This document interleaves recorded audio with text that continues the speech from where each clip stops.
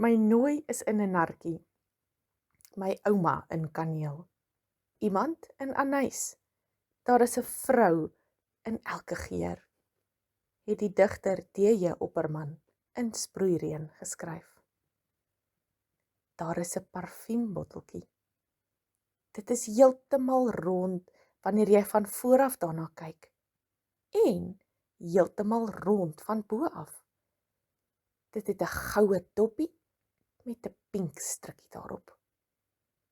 Binne-in is daar 'n liggeel vloeistof. Wanneer jy dit aanspuit, pst, pst, pst, ruik dit na suurlemoen en kaneel.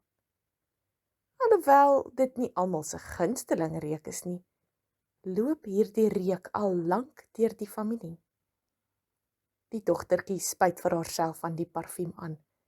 Pst, pst, pst. Dis dieselfde parfuum wat haar mamma gedra het, en ook haar ouma en ouma Grootjie.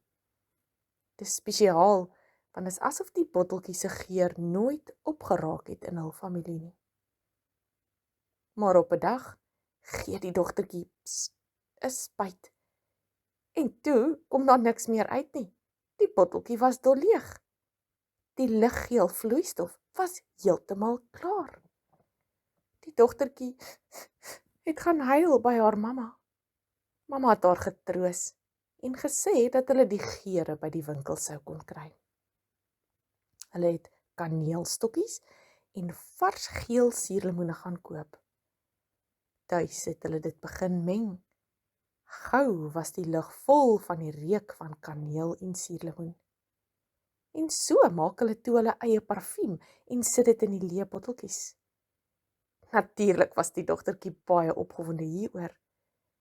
Sy het daarvan aangesit en al die vrouens, mamma, ouma en ouma Grootjie, met dieselfde geur onthou.